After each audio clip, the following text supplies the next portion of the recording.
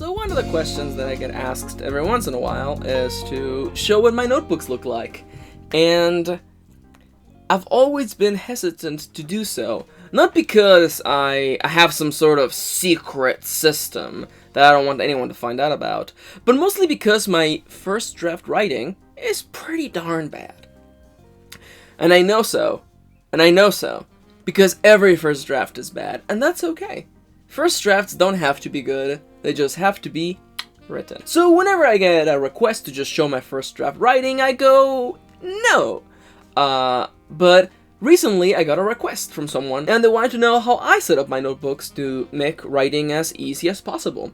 So I thought, you know what, now that I can do. Thanks to the power of editing, I can show you my notebook setup and my spreads for how I go about doing things. And I thought, well, now that I can do, I can show you in a quick summary, a quick guide of how I establish a notebook. The core values of the way I set up my notebooks are quick, because I want it to just be something that I can set up in less than an hour. I don't want to be spending that long preparing a notebook. Unobtrusive, I don't want it to be something that is getting in the way. And also minimal, I don't want it to take more than a couple pages. My preparation for a notebook is quick, minimal, and unobtrusive. And so I'm going to walk you through the basic setup.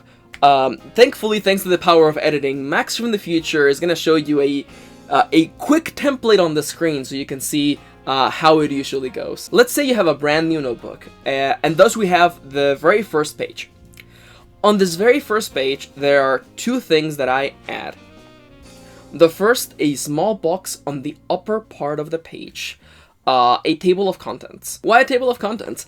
Well, because we're going to be using page numbers, and also because it's just good to keep things organized. I generally keep it small because when I pick up a notebook to be writing on, I use the notebook for writing. I give myself a buffer of just like 4 lines in the case that I end up using like 10 pages in the middle to brainstorm a story or something like that.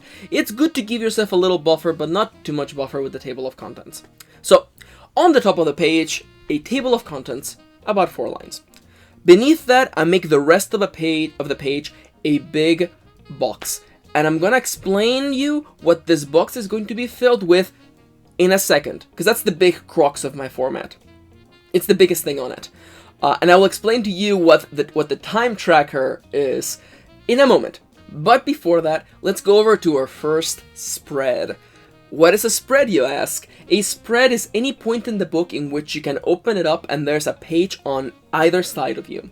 So, after the first page of this notebook, there should be a spread. On this, your very first spread, you leave the page on the left entirely blank.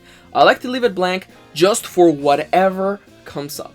If there is something, some extra information, something that I need to add or expand on, if I need to expand the table of contents for some reason, or I need to expand the time tracker for some reason, I do so on the back of the first page. Or on the very first page of the spread. Now over on the other side, we have the very first page of writing.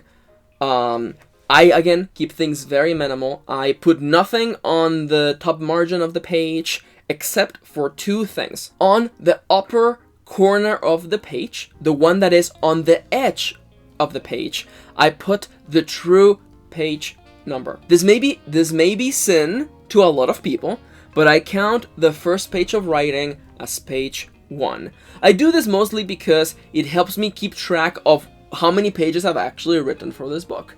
I don't count the very first page that contains the table of contents, the time tracker, and the blank buffer page as actual pages in the book. I don't do that. And now, on the inside uppermost corner of the page, I write the page number for that session in Roman numerals.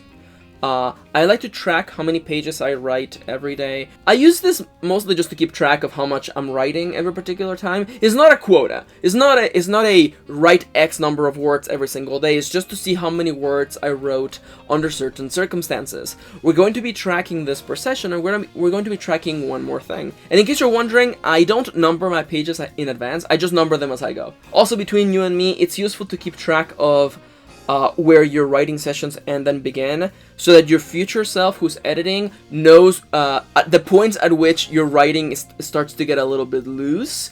I find that my writing starts becoming less descriptive when I'm at the end of a writing session. But now, for the big bad wolf, for the element of the very first page that I told you to wait up on, the time tracker. One of the things that I've learned over time is that our creativity tends to be bound to particular times of the day.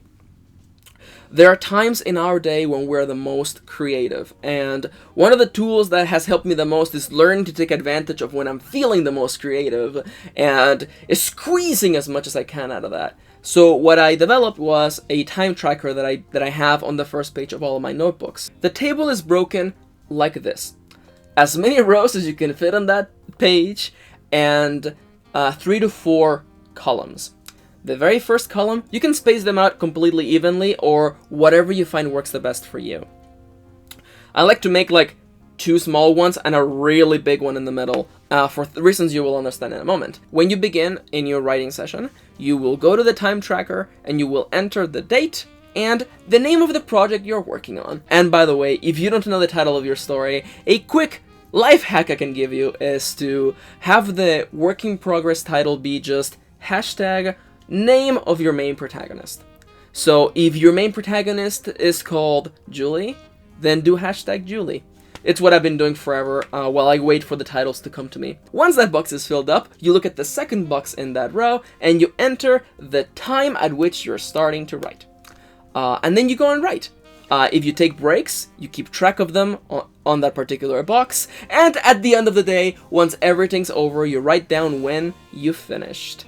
I usually write them as ranges, so like I wrote from 12 to 3 p.m., I took a break from 3 to 4, and then I wrote some more from 4 all the way to 6.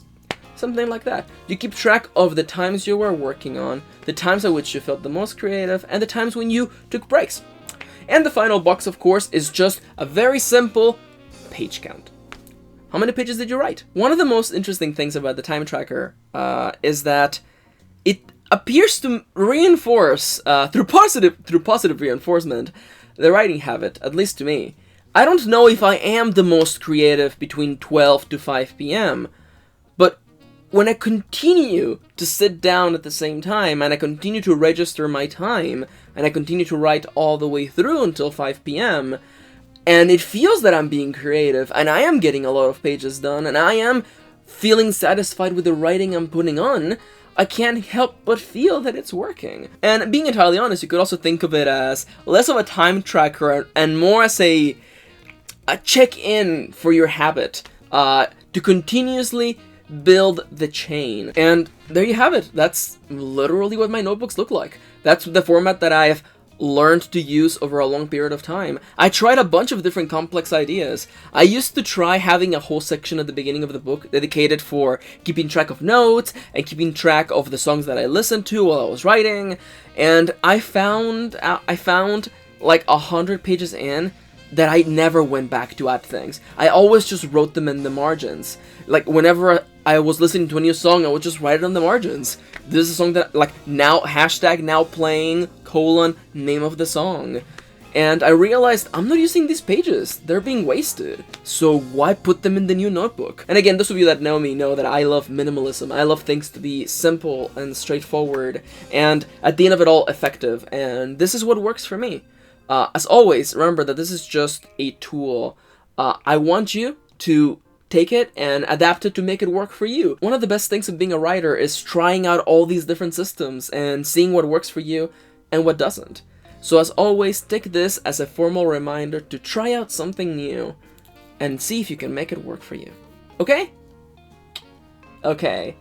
My name is Max, also known as M. Kieran. I do these writing advice videos twice a week on YouTube, and if you have a question you would like me to answer, or an idea for a future topic / subject of the day, please let me know in the comments down below. This video here is brought to you thanks to my patrons. Patreon.com/mkieran is the #1 place to support me and what I do. For just $1, for just $1 a month, you get to watch my videos a week in advance before they go live on YouTube, and you get to have your name on the end screens of these videos. Which reminds me, I would like to give a big shout out to the following people: A. Howard, Amelia, Angela, Brenda, Harriet Holman, Irina Phoenix, Joe, Lucky, Mark Maruska, Pat Eichenson, Rain Misoa, and Soul Muse. I hope nobody was expecting a really in-depth analysis and explanation, or a very complex system. You guys know me. I love minimalism. I love things being simply made for their simple purpose and achieving that spectacularly. And I've tried so many things. And honestly, like, that bit I was saying about the notes is absolutely true. Like, I left pages dedicated to storing notes and soundtracks and ideas. And I never used them. So I realized, why are they there for? Just taking space. Being empty pages that I could fill with words. And so I decided to fill them with words. Find what works for you. Try out new things. Find out what works for you. And writerly friend, keep on keeping on writing.